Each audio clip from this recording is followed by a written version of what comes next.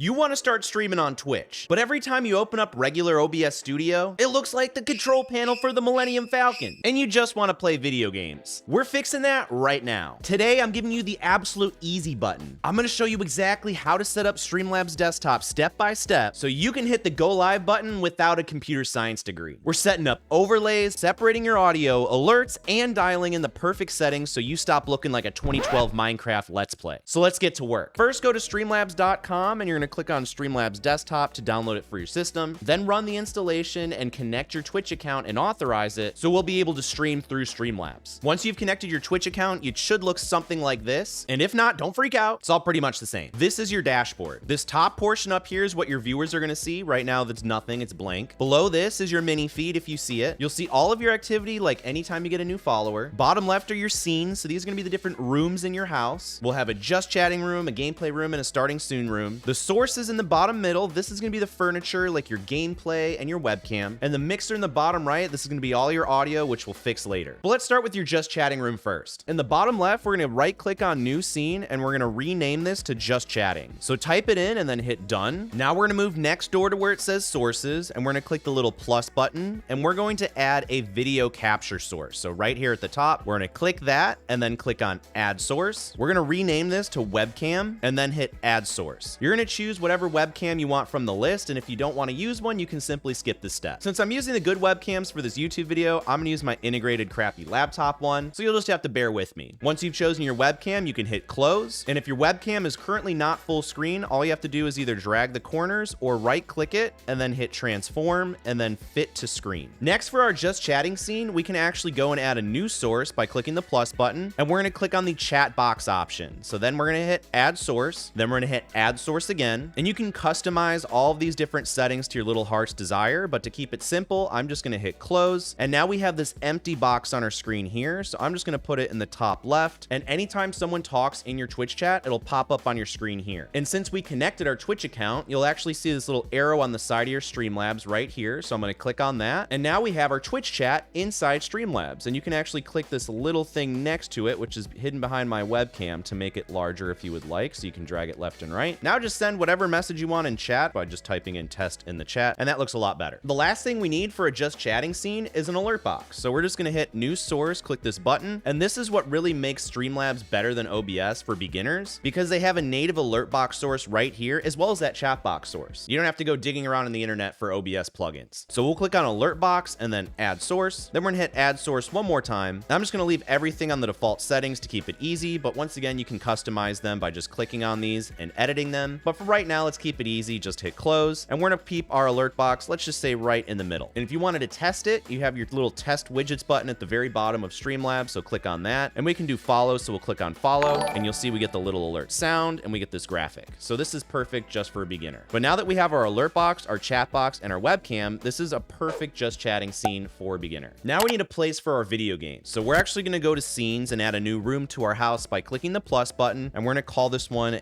gameplay. Then hit done, and now we'll need to open up a game. I just opened up one of my favorite games in the background. So in order to capture that gameplay, we're actually going to hit the plus button next to sources. We have a ton of different options, but we'll start with game capture and then hit add source and then hit add source one more time. And you can leave it on auto, and most of the time it'll actually just capture your gameplay like this. But if you still have the black screen of death, do not freak out. All you have to do is change the mode from auto to capture specific window and then pick the window that you have your game on. But most of the time it should work on auto, which is really nice. So once you have your gameplay, you're going to hit close. Then we'll go back to sources, hit the plus button, and then we're going to hit video capture one more time and then add source. But this time we can actually just click on add existing source, since we already have our webcam added for our just chatting scene, and hit add source instead of adding a whole new one. So now we can just use the little corners to drag to make it smaller. You can hold the alt key to crop it if you would like. If you want to undo anything, you can hit Control Z and it'll undo that. But let's just put it somewhere on the screen, like maybe right about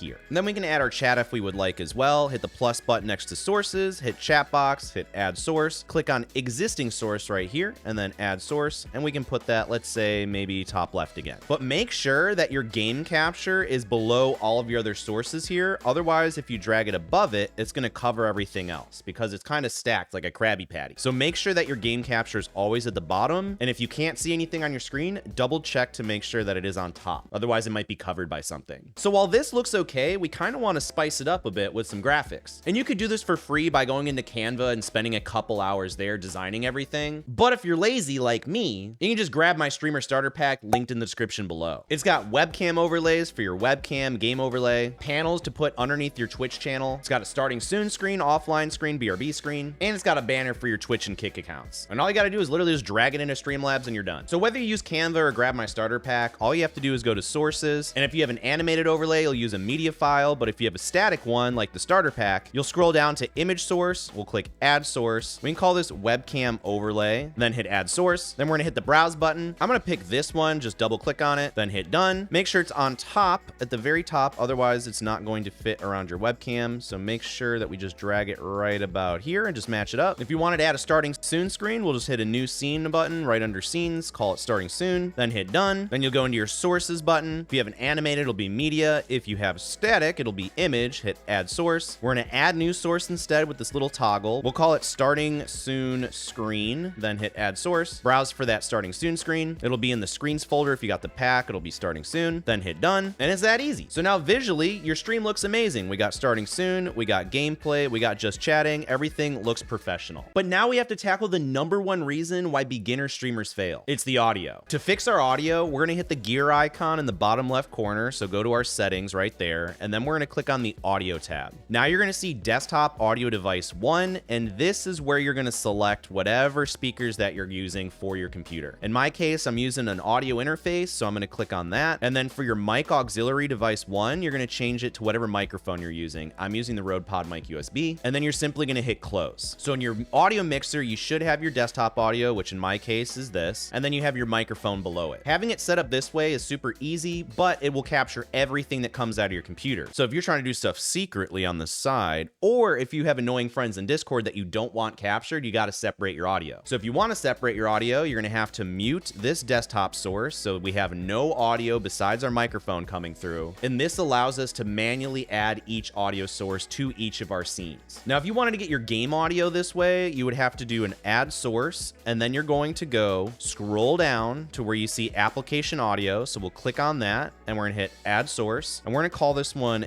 game audio. Hit add source again. Now we're going to choose the window that it's coming from. So if you're switching games, you're going to have to switch this as well. So I'm going to pick golf with your friends, and then simply X out of this. And then now if you scroll down, we have game audio, and it's coming out of our game audio. And if you want, you can control the volume for all of these with this little slider. You just rinse and repeat for all of the audio sources that you want for each scene. That way you have complete control over your audio. So now that your audio is isolated, we need to fix your video quality settings so you don't look like you're streaming from a smart fridge. We're gonna go to the bottom left corner, click that gear icon to get to the settings. Then we're gonna go to the video tab on the side, and this base canvas resolution, this is gonna be the resolution of your monitor. I'm playing on a 1080p monitor, so I'm gonna choose 1080 right here. Now the output scaled resolution, this is what you wanna stream at. Traditionally, most people stream at 1080p 60 frames per second, so I would keep it at 1080p. And for your downscale filter, I would choose Landscoast because it's gonna be the best option. FPS type, common FPS values, and then common FPS values change to 60. So right here, we're gonna be streaming at 1080p 60 frames per second, which is the golden standard. However, if your internet or computer can't handle that and you're running into problems later down the road, you can actually change the output to 720p 60 frames per second, and that'll basically fix all of your stuttering issues. But if you have a decent setup, you can usually run 1080p 60 frames per second, so we'll roll with that for now. Once you've done that, we're gonna click on the output tab on the side, and we're gonna change the output mode from simple to advanced. Then we'll scroll down to where it says encoder, and this is where you're gonna wanna choose NVIDIA NVENC H.264 new if you have an NVIDIA graphics card. If you have an AMD graphics card, you'll use AMD HW-H264. And if you don't have either of those, you can use software X264, but it's gonna really put some stress on your computer. So you'll need to upgrade down the line eventually. So once you've chosen your encoder, you're gonna choose Enforce Streaming Service Encoder Settings with that little button. It's gonna lock these two, so if for whatever reason it doesn't say constant bitrate and 2 here, you can unclick it, change these back, and then just hit that. For your bitrate, 6000 is the golden standard, but if for whatever reason you're streaming at 720p and you're still stuttering, you can actually change this to 4500, but generally speaking, you wanna keep it at around 6000. And that'll give you a crystal clear stream at 1080p 60 frames per second. Then just change this to P4, high quality, single pass, and high, and you're good to go. So now we just hit close, and now your visuals are built, your settings are locked, you're ready to hit the go live button. But listen to me very very closely. 9 out of 10 streamers do something so silly and so easy to fix during their first stream, like streaming on mute. I'm guilty of it. Or having your audio desynced, where you're talking and your lips aren't matching because there's a delay. Before you ever start a stream, you gotta get my free pre-stream cheat sheet. It's a totally free checklist. You run a 60-second tech check before you hit go live, guaranteeing your audio sync offset is flawless and your mic is never muted. It's completely free. Just download it, run the check, and protect your stream. It's in the description down below. So once the tech check is done, right before you hit go live, we want to double check that in the settings in general, you have confirm stream title and game before going live. Make sure that's checked, then hit close, then hit the go live button right here. It's going to pop up Twitch, which is great. It's all linked. We're going to have our title right here that you can set. So you can say like first stream ever. You're going to choose your category, whether you're going to be in just chatting, whether you're streaming Fortnite. That's what you'll do here. You can put tags if you want. Honestly, they don't really do anything, so I wouldn't bother. Then once you're ready, hit confirm and go live. It's going to update the settings for Twitch, start the video transmission, and now that green box will turn into a red box that says end stream. So right now, we are currently streaming on Twitch, so let's go check it out. As you can see here, we got our stream up and running. If we go into the chat, we can hit test, maybe type a bunch of stuff, and that chat box we set up earlier will populate right there. So we are currently live. Everything's looking good. But as the streamer, you can actually have more control by clicking the icon in the top right and going to the creator dashboard. Then from here, you're going to click on Stream Manager in the top left. And this is where you're going to see your stream preview. You're going to see your amount of viewers. You're going to see your session time, amount of followers, more activity feed, chat. You're going to have a clip that button. You're going to have all of this stuff under the quick actions. You can add more buttons with this plus button here, like all of these things, which is a little overwhelming for you. So don't worry about it right now. But once you're ready to end your stream, let's go back to Streamlabs. Simply hit that red end stream button right here, and you've ended your stream. But listen to me, setting up Streamlabs is only step one. If you hit go live right now, Twitch is going to permanently delete your entire stream the exact second you go offline because of a hidden default setting in your dashboard. And that's just one of 10 default toggles that are literally killing your channel and hiding you from the algorithm. So click this video right here on the screen where I show exactly how to fix that VOD setting and the 9 other mistakes that you gotta fix before your next stream. I'll see you over there.